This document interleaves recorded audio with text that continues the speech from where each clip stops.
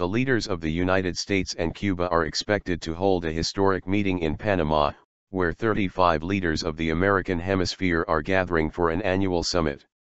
A White House senior official said on Friday that U.S. President Barack Obama and Cuban leader Raul Castro will hold talks on Saturday, the first substantive meeting between the two countries in more than 50 years.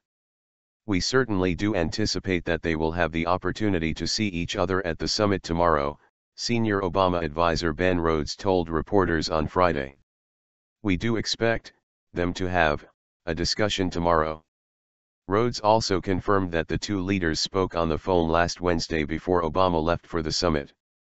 Both Obama and Castro have arrived in Panama for the two-day Summit of the Americas, Cuba's first, raising expectations of a follow-up meeting to their announcement last December that their countries would restore diplomatic ties severed since 1961. Rhodes said the extent of the meeting had yet to be decided, but that the two leaders will be able to take stock of the negotiations to normalize relations and reopen embassies, as well as to discuss lingering differences. The meeting will be the first since Obama and Castro briefly shook hands at Nelson Mandela's funeral in December 2013. Al Jazeera's Latin America editor Lucia Newman, who is reporting from Panama, said U.S. and Cuban leaders face a very delicate balancing acting as they seek to normalize relations after decades of antagonism. Before that historic encounter, the U.S. Secretary of State John Kerry said he made progress in talks with Cuba's Foreign Minister Bruno Rodriguez, also a first since 1958.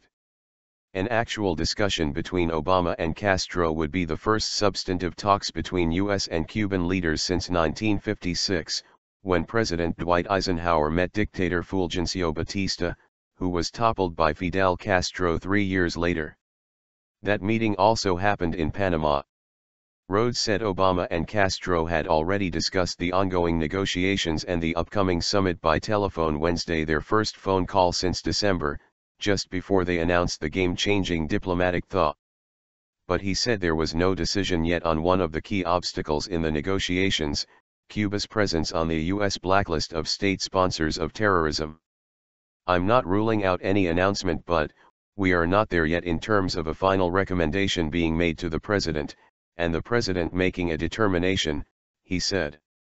Cuba was first put on the list in 1982 for harboring Basque separatist groups and Colombian FARC rebels, restricting the country's access to global bank credit.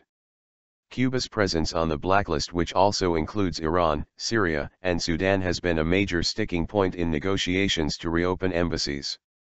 Al Jazeera's Daniel Schwamler, who is reporting from Havana, said that Cuban have viewed the inclusion of their in the list as an injustice. There's a great deal of resentment, our correspondent said, adding that with the meeting of Obama and Castro, there are expectations that the two countries' relations would improve, paving for economic development in their impoverished country.